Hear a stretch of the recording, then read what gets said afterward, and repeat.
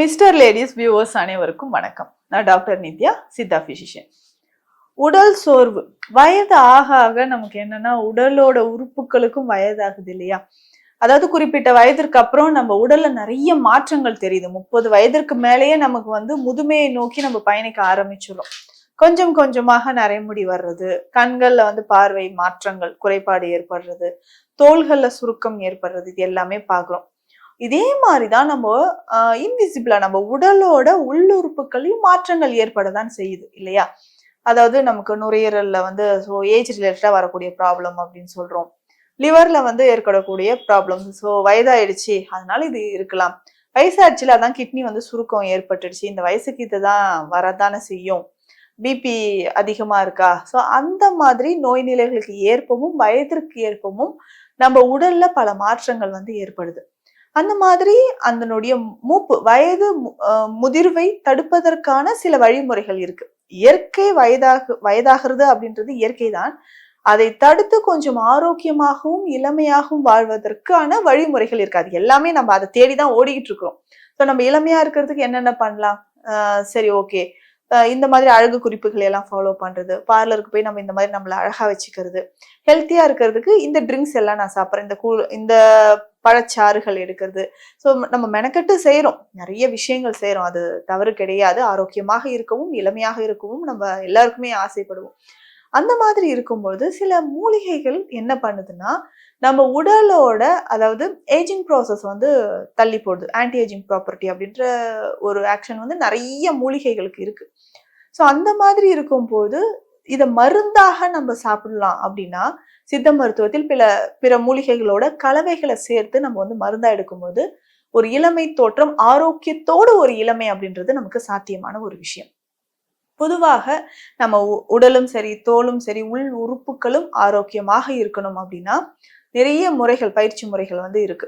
அதற்கான பயிற்சி முறைகள் வெளிப்பிரயோகமாக நம்ம பயன்படுத்தக்கூடிய தொக்கண சிகிச்சைகள், சில ஆயில் மசாஜ் பண்றது, ஸ்ட்ரீம் பாத் எடுக்கிறது, சில ஹெர்ப்ஸை நம்ம மேல தடவிட்டு அதுக்கப்புறம் அது ஸ்டீம் பாத் எடுத்து குளிக்கிறது, மட் தெரப்பி, வாழை இலை குளியல், இந்த மாதிரியான முறைகள் இருக்கு. ஸோ வெளிப்பிரயோகமாக இதே இன்டர்னலா பார்த்தோம்னா வாதத்தை குறைப்பதற்காக இந்த சாரோ இல்ல இந்த கஷாயமோ நம்ம குடிக்கிறோம்.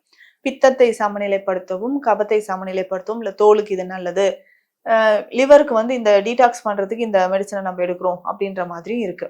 அப்போ ஜென்ரலா நமக்கு வயதிற்கு ஏற்ற ஒரு நிலை, அதாவது ரொம்ப உடல் சோர்வு ஏற்படாமல், நரம்பு தளர்ச்சி ஏற்படாமல் இருக்கிறதுக்கு இந்த மெடிசனை மெடிசன் அப்படின்னு சொல்றதை விட இது தினமும் ஒரு சப்ளிமெண்ட் மாதிரி எடுத்துக்கலாம். நான் சொல்றது ரொம்ப எளிமையாக இதை நம்மளே ஃபாலோ பண்ணலாம். பேசிக்கா பார்த்தோம்னா காலையில எம்டி ஸ்டொமக்ல காஃபியோ இல்லை டீயோ குடிக்கிறது டோட்டலா நம்ம அவாய்ட் பண்ணணும். ஆல்கஹால் ஸ்மோக்கிங் ஹேபிட் இருந்துச்சுன்னா அதையுமே அவாய்ட் பண்ணிக்கோங்க. அதிகமான அசைவ உணவுகள், தொடர்ந்து அசைவ உணவுகள், எண்ணெயில பொரித்தது, ஸோ ரொம்ப நாளா பதப்படுத்தி வைத்திருக்கிற உணவுகள், இதையுமே டோட்டலா நம்ம அவாய்ட் பண்ணணும். இப்ப நான் சொல்லக்கூடிய பொருட்கள் எல்லாமே நரம்புகளுக்கு வலிமை சேர்க்கக்கூடியது.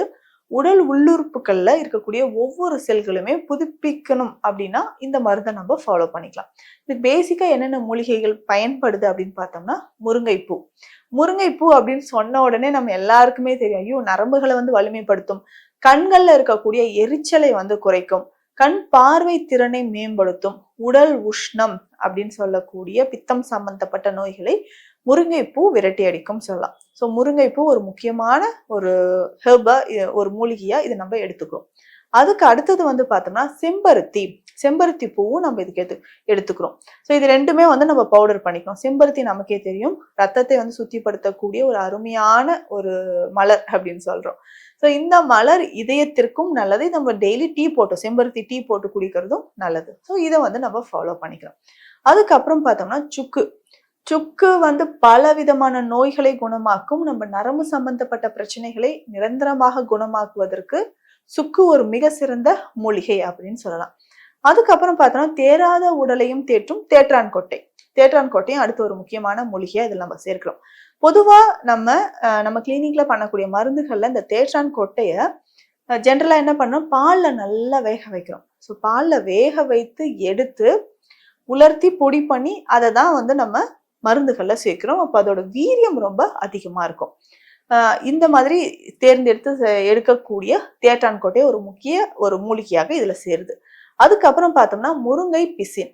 இந்த முருங்கை பிசின் வந்து பார்த்தோம்னா டைஜஷனை ப்ரொமோட் பண்ண ஒரு தோற்பு சக்தி இருக்கக்கூடியது, உடல் உஷ்ணத்தை தணிக்கக்கூடியது.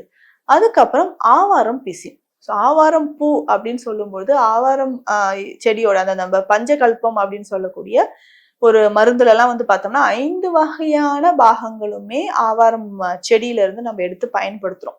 அதே மாதிரிதான் ஆவாரம் பிசின். இந்த ஆவாரம் பிசின் அப்படின்னு பார்த்தோம்னா இதுல அதிகமான தோற்பு சக்தி இருக்கக்கூடியது, சர்க்கரை நோயாளிகளுக்கு சிறந்தது. அப்போ இந்த நரம்புகளை வலிமைப்படுத்துவதற்கு சிலருக்கு வந்து பார்த்தோம்னா கை நடுக்கம் இருக்கு, எழுத முடியல அப்படின்னா ஆவாரம் பிசின் வந்து நல்லது. இப்ப நான் சொன்ன அனைத்து மூலிகைகளுமே உடலுக்கு வன்மை தரக்கூடியது.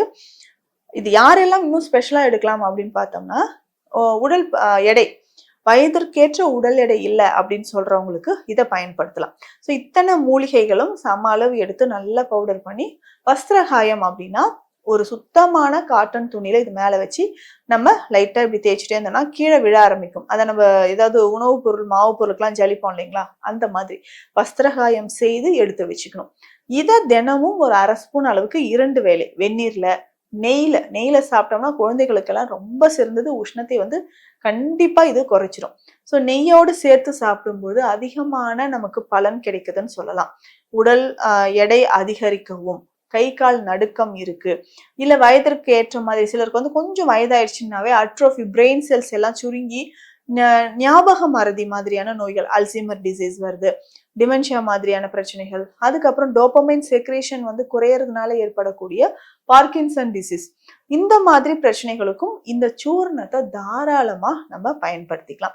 இப்போ தொடர்ந்து இதை வந்து ஒரு நாளைக்கு 2 வேளை வெந்நீர்லயோ இல்லை நெய்யிலையோ சாப்பிட்டு வரும்போது மேற் சொன்ன எல்லா பிரச்சனைகளுக்கும் ஒரு நிரந்தர தீர்வு இதுல இருக்கு. இதே மாதிரி நிறைய மருந்துகள், அதோட பலன்கள் இதை நம்ம கிளினிக்ல தொடர்ந்து கொடுத்துட்டு இருக்கிறோம். ஸோ அதோட பலன்கள் என்ன அப்படின்றத இந்த பதிவுல பார்த்தோம். மீண்டும் அடுத்த பதிவில் சந்திக்கலாம். நன்றி.